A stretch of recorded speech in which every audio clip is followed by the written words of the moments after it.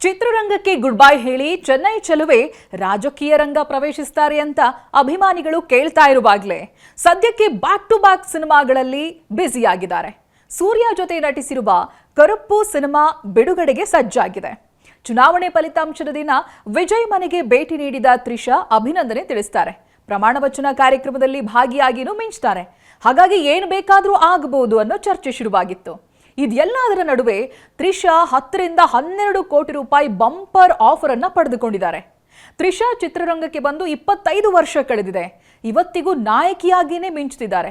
ವಯಸ್ಸು 40 ದಾಟಿದ್ರೂ ಆಕೆಯ ಚೆಲುವು 25ರ ನಟಿಯರನ್ನು ಕೂಡ ನಾಚಿಸೋ ರೀತಿಯಾಗಿದೆ.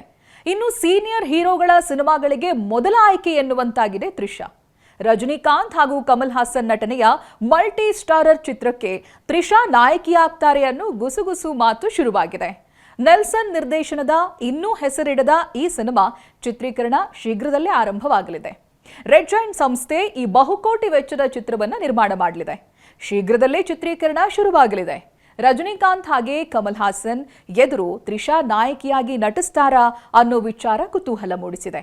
ಆದರೆ ಅಧಿಕೃತವಾಗಿ ಈ ಬಗ್ಗೆ ಮಾಹಿತಿ ಸಿಕ್ಕಿಲ್ಲ. ಚಿತ್ರಕ್ಕಾಗಿ 10 ರಿಂದ 12 ಕೋಟಿ ರೂಪಾಯಿ ಸಂಭಾವನೆ ಪಡೆಯಲಿದ್ದಾರೆ ಅನ್ನೋ ಚರ್ಚೆಗಳು ಶುರುವಾಗಿದೆ. ಕಳೆದ ವರ್ಷ ತ್ರಿಷಾ ನಟಿಸಿದ್ದ 4 ಸಿನಿಮಾಗಳು ತೆರೆಗೆ ಬಂದಿದ್ವು. ವಿಡಾಮುಯರ್ಚಿ ಹಾಗೆ ಗುಡ್ ಬ್ಯಾಡ್ ಅಂಡ್ ಅಗ್ಲಿ ಚಿತ್ರಗಳಲ್ಲಿ ಅಜಿತ್ಗೆ ಜೋಡಿಯಾಗಿ ಮಿಂಚ್ತಾರೆ. ಆದರೆ ಕಮಲ್ ಹಾಸನ್ ಜೊತೆ ನಟಿಸಿದ ತಗ್ ಲೈಫ್ ಸಿನಿಮಾ ಹೀನಾಯವಾಗಿ ಸೋಲುತ್ತೆ. ಮಣಿರತ್ನಂ ಚಿತ್ರವನ್ನ ನಿರ್ದೇಶನ ಕೂಡ ಮಾಡಿರ್ತಾರೆ. ಭಾರೀ ನಿರೀಕ್ಷೆ ಹುಟ್ಟಾಕಿದ್ದ ಸಿನಿಮಾ ನಿರಾಸೆ ಮೂಡಿಸಿತ್ತು. ತೆಲುಗಿನ ವಿಶ್ವಂಭರ ಚಿತ್ರದಲ್ಲಿ ಚಿರಂಜೀವಿಗೆ ಜೋಡಿಯಾಗಿ ತ್ರಿಷಾ ನಟಿಸ್ತಾರೆ.